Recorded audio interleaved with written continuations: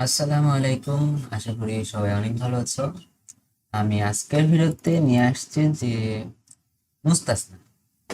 এখন মুস্তাসনা কিভাবে কি করবা সেটা দেখা দিচ্ছি যে দেখো তোমরা এখানে প্রশ্ন লেখা আছে যে আরিফুল মুস্তাসনা, অর্থাৎ মুস্তাসনা কি সেটার পরিচয় দাও। সুম্মা বাইয়ানা আকসামা মুফাদ্দালা, অর্থাৎ এবং অতঃপর তা কত প্রকার এবং কি কি সেটা আলোচনা করো।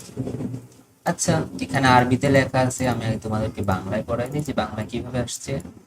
এখানে দেখো যে মুস্তাসনা শব্দটি ইস্তেসনা মাসদার হতে ইসমে মাফুলের সিগা। এটা তোমরা লিখলে লিখতে পারো, সমস্যা নেই, তবে অর্থটা লিখবা যে এখানে আসলে পৃথককৃত।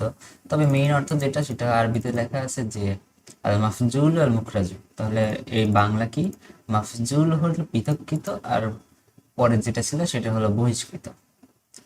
তাহলে অর্থটা বুঝলা। এখন এখানে দেখো যে মুস্তাসনা এমন শব্দ যাকে ইল্লা ও তার সমজাতীয় শব্দের পরে এ কথা বোঝানোর জন্য উল্লেখ করা হয়েছে যে তার পূর্ববর্তী শব্দের সাথে যার সম্বন্ধ করা হয়েছে তা তার সাথে সম্বন্ধীয় নয়।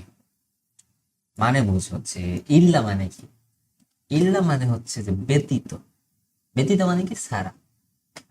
মনে করো একটা শব্দ আছে যে একটা বাক্য দিছি আমি তোমাদের, মনে করো যে আমি সেখানে গেলাম একজন মানুষকে ছাড়া। আমি সেখানে গেলাম, মনে করো আমি সেখানে গেলাম করিমকে ছাড়া। তাহলে দেখো যে আমি সেখানে গেলাম, আমি বাড়িতে গেলাম করিমকে ছাড়া। তাহলে এখানে করিম কি আসলে বাড়িতে গেছে? যায় নাই। অর্থাৎ করিমটা আমাদের আমাদের সাথে, মানে আমি যে সেখানে গেছি সেই জায়গা থেকে পৃথক একটা শব্দ যেখানে করিম যায় নাই। তাহলে বুঝলা যে কিভাবে শব্দটা ব্যবহার হবে। এখানে লিখছে যে উম, এমন একটা শব্দ ব্যবহার করা যা তার সমজাতীয় শব্দের পর একথা বোঝানোর জন্য উল্লেখ করা হয় যে তার পূর্ববর্তী শব্দের সাথে, পূর্ববর্তী শব্দ কোনটা, যেটা হলো আমি যে বাড়িতে গেছি তার সাথে পরের যে শব্দ তার কোনো সম্বন্ধ নেই। এখন পরে কি লিখছিলাম যে আমি বাড়িতে গেছি কিন্তু যায় নাই কে, করিম। তাহলে এখানে করিম আমাদের সাথে সম্পর্কিত নয়, সেটাই বোঝানো হয়েছে।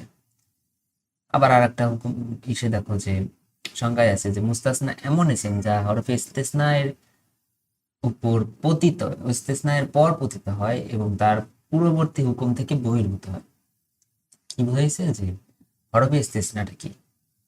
এখানে দেখো যে ইল্লা শব্দটা, ইল্লার মতো আরো কয়েকটা আছে যেটা ইল্লা, আমি উদাহরণে দেখো যে ইল্লা যা হাজার আল কমি ইল্লা হিমারান হাজার জানিল কমি ইল্লা জাইদিন। ইল্লা থাকলেই তোমরা ভাবে নিবা ওই শব্দটা মুস্তাসনা।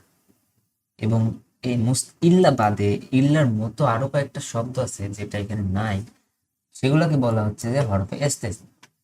তাহলে বুঝলা যে হরফে ইস্তেসনার উপর পতিত হয় বা ইস্তেসনার পর পতিত হয় এবং তার পূর্ববর্তী হুকুম থেকে বহির্ভূত হয়। তাহলে কিরকম আসলো যে এটা এমন ইসিম যাকে ইস্তেসনায় শব্দের পর উল্লেখ করা হয় এবং অর্থের ক্ষেত্রে সেটি তার পূর্ববর্তীর বিপরীত হয়। পূর্ববর্তী কিরকম কথা ছিল, যে পূর্ববর্তী কথা ছিল আমি গেছিলাম বাড়িতে, আর আগের সব আগের পরের শব্দটা হচ্ছে যে করিম যায়নি। তাহলে এটা দুইটার মধ্যে পার্থক্য আছে, বিপরীত হচ্ছে। এটাই হলো হরফে মুস্তাসনা। আশা করি বুঝতে পারছো। তারপরে আসি যে হরফে মুস্তাসনার প্রকার। এখন কথা হলো যে মুস্তাসনা কয় প্রকার। এখানে আছে যে মুস্তাসনায় মুত্তাসিল, মুস্তাসনায় মুনকাতি। মুনকাতি মানে হচ্ছে কতা, মানে ভাগ করা, আর মুত্তাসিল মানে একসাথে থাকা। মুনকাতি কাতা, মানে তোমরা হিন্দি ভাষায় শোনো না, কাতা মানে এটা হিন্দি ভাষায় আছে বা উর্দু ভাষায় আছে। কাতা হলো তোমাদের পৃথক করা, আলাদা হয়ে যাওয়া। আর মুত্তাসিল হলো এটা একসাথে থাকা। তাহলে মুত্তাসিলে কি আছে যে যে মুস্তাসনাটি মুস্তাসনায় মিনহু এর জিন্সভুক্ত হয়, মুস্তাসনা মিনহু এর জিন্সভুক্ত হয় তাকে মুত্তাসিল বলে। এটা অত মানে তোমাদের লিখতেই হবে সেটাও কথা না, চাইলেই সংজ্ঞাটা আরবিতে লিখতে পারো।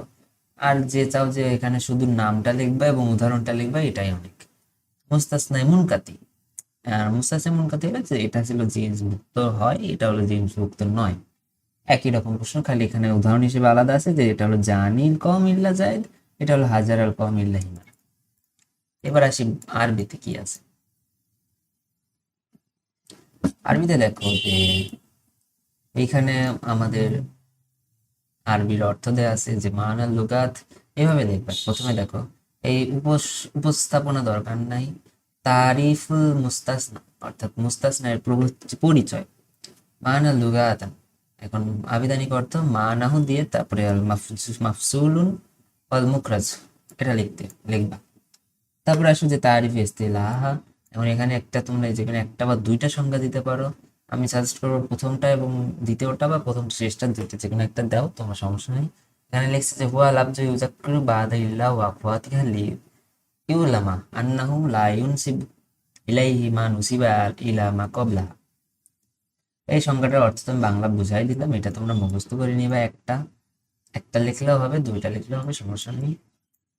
তারপর আসে যে মুস্তাসনা প্রকারভেদ, আকসামুল মুস্তাসনা, আকসাম মানে প্রকারভেদ। তাহলে মুস্তাসনা সাধারণত কয় প্রকার? দুই প্রকার।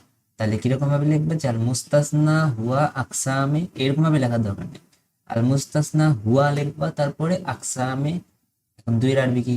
দুইয়ের আরবি হলো কিসমাইনে, আর এটা দুই দ্বিবচন, যে কিসমাইনের দ্বারা দ্বিবচন দিবে।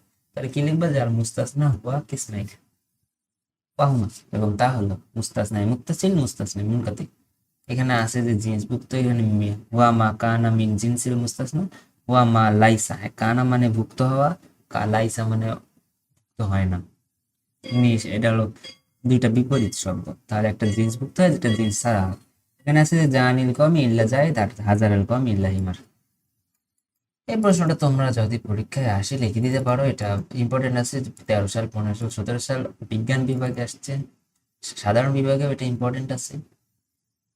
আশা করি আজকের ভিডিওটা বুঝছো। যদি কোনো জায়গায় সমস্যা হয়ে থাকে তাহলে আমাকে কমেন্ট বক্সে কমেন্ট করবা। আজকের ভিডিও আমি এ পর্যন্তই রাখছি। আল্লাহ হাফিজ, আসসালামু আলাইকুম।